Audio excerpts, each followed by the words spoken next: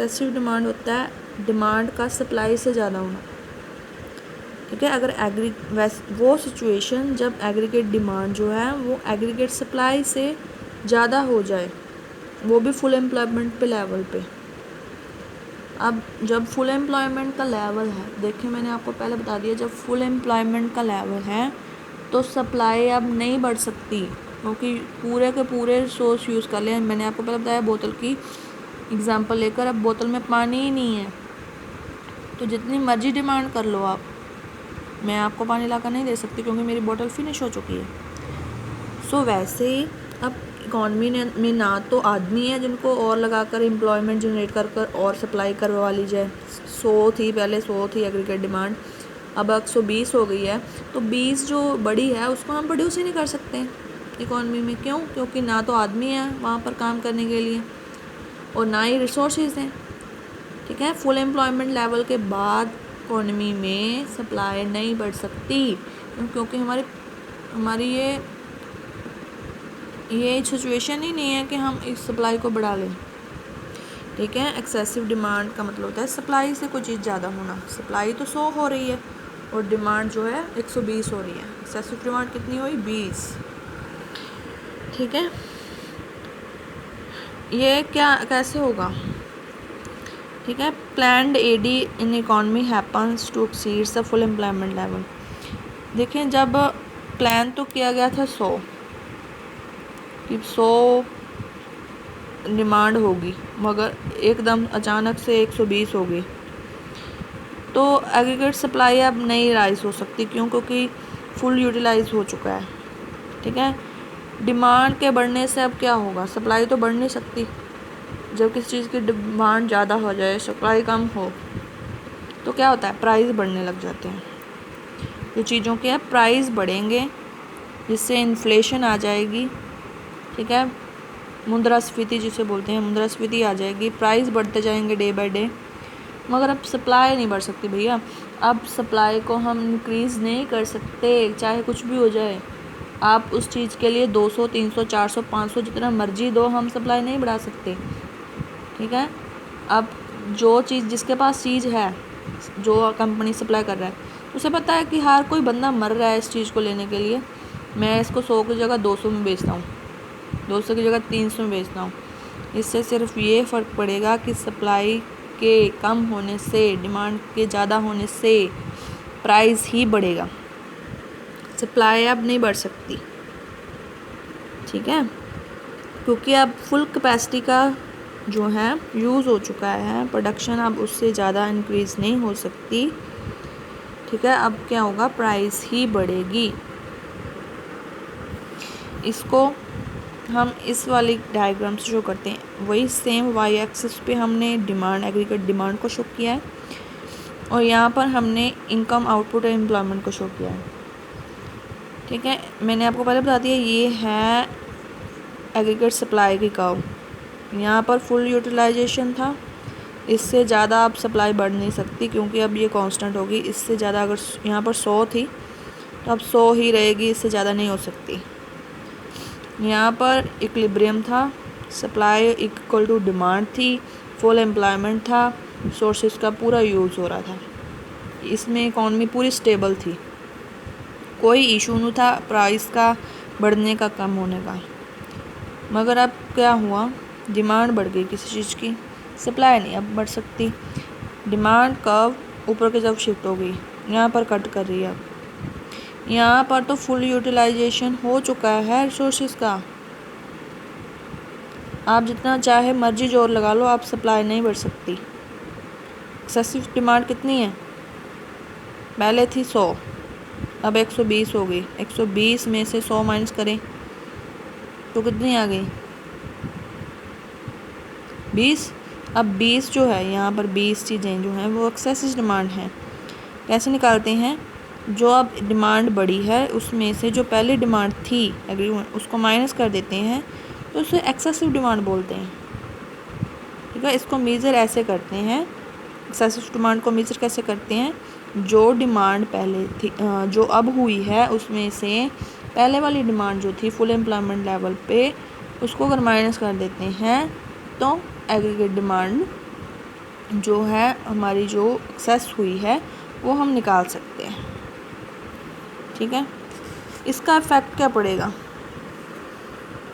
Full employment level है, अब output तो बढ़ नहीं सकता। ठीक है, आउटपुट नहीं बढ़ सकता क्योंकि फुल एम्प्लॉयमेंट लेवल है, आउटपुट रिमेन सेम रहेगा। ठीक है, अब क्या होगा, गुड्स एंड सर्विसेज की जो है प्रेशर बढ़ेगा सप्लाई पे, क्योंकि गुड्स एंड सर्विसेज की सप्लाई जो है, सर्विसेज जो है रिमेनिंग सेम है, अब उनका आउटपुट नहीं बढ़ा सकते हम। ठीक है, प्रेशर बढ़ेगा उसका सप्लाई पे, डिमांड का प्रेशर बन जाएगा सप्लाई पे। ठीक है, उससे क्या होगा, प्राइस राइज हो जाएंगे, इन्फ्लेशन की सिचुएशन आ जाएगी इकॉनमी में। ठीक है, ठीक है, प्राइस जो है बढ़ेंगे और इन्फ्लेशन आ जाएगी। अगर इन्फ्लेशन आ जाएगी तो कॉस्ट ऑफ प्रोडक्शन बढ़ जाएगी। नेक्स्ट ईयर के लिए जो प्रोडक्शन बढ़ानी थी वो चीज़ें अब महंगी हो गई हैं। जो चीज़ पहले 10 रुपये की आ रही 20 रुपये की आ रही है, तो फिर जो चीज़ें बना रहा था उसको भी तो 20 की मिलेगी, तो कॉस्ट ऑफ प्रोडक्शन बढ़ जाएगी चीज़ों को बनाने के लिए। अगर प्रोड्यूसर ही अब वो जो पहले चीज़ 10 रुपये की बना रहा था अब 20 रुपये की पड़ रही है, तो फिर ऑटोमेटिकली जो पहले 20 रुपये की चीज़ बेच रहा था अब वो 30 की बेचेगा प्राइस, तो ऐसे भी बढ़ेंगे फिर। तो इन्फ्लेशन आ जाती है, प्राइस डे बाय डे बढ़ने शुरू हो जाते हैं जब डिमांड एक्सेस हो जाती है।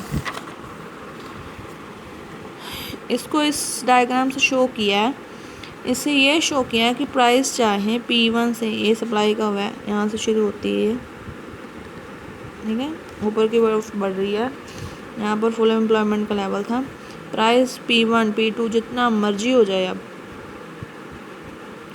ठीक है, जो है सप्लाई नहीं बढ़ेगी, डिमांड इतनी से इतनी हो जाए, इतनी हो जाए, जितनी मर्जी हो जाए, अब कोई फ़र्क नहीं पड़ रहा, प्राइस बढ़ेंगे बस, सप्लाई नहीं बढ़ेगी, प्राइस बढ़ते जाएंगे।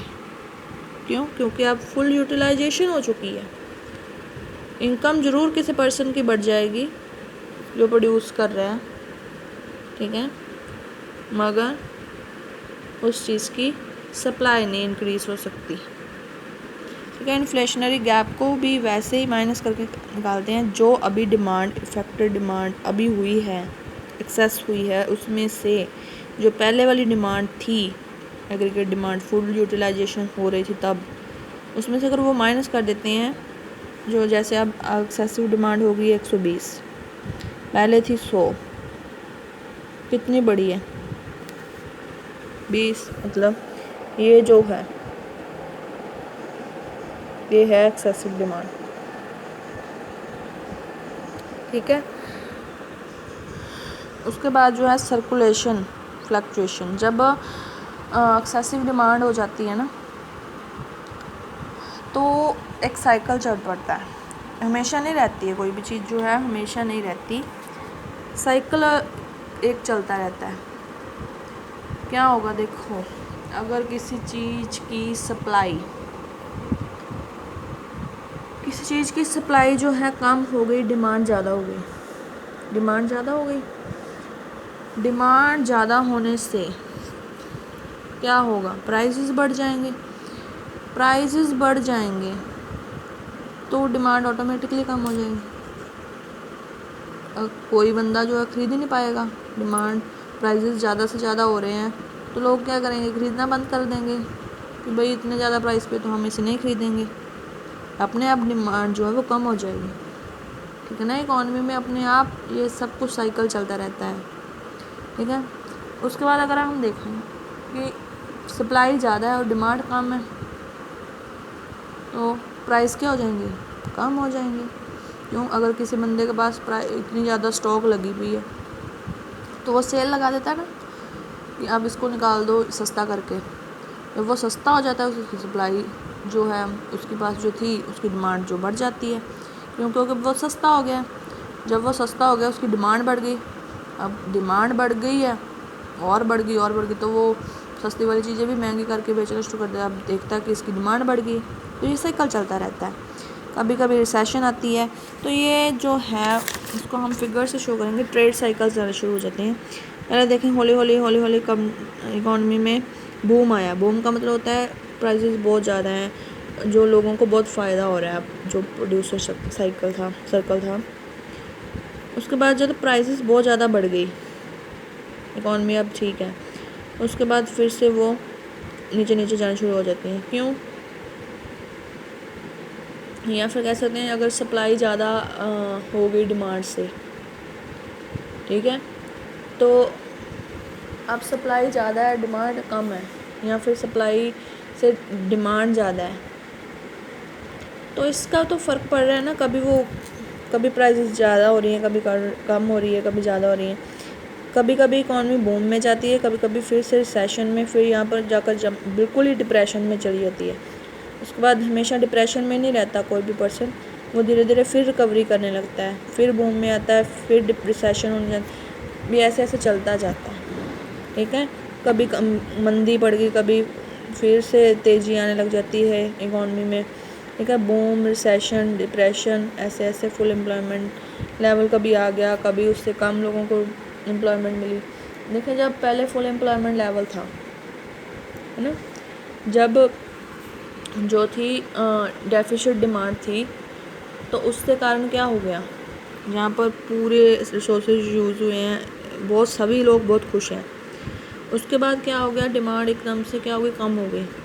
डिमांड कम होने लगी तो इकॉनमी लेवल नीचे जाने लगा। क्यों? डिमांड कम होने लगी तो लोगों को काम से निकाल दिया, लोगों की इनकम कम हो गई, ठीक है, तो जहाँ जाकर पूरी तरह से डिप्रेशन में चले गए। उसके बाद फिर से अगर जो थी डिमांड कम हो गई थी, है ना, इस चीज़ की, लोगों को अब जो है डिमांड कम हो गई, सप्लाई ज़्यादा हो गई, तो उसके प्राइसेस कम हो गए। प्राइसेस कम हो गए तो फिर से सप्लाई जो लोग उसकी डिमांड करने लगे, जब प्राइसेस कम हो गए फिर से रिकवरी होने लगी, उसके बाद फिर से बूम आ गया। ऐसे ये साइकिल जो है चलते रहते हैं। ये चैप्टर आपका कंप्लीट है, इसको रीड कर लेना, ठीक है। उसके बाद अगला चैप्टर करेंगे, ये जो प्रॉब्लम्स आती हैं उनको ठीक कैसे करते हैं।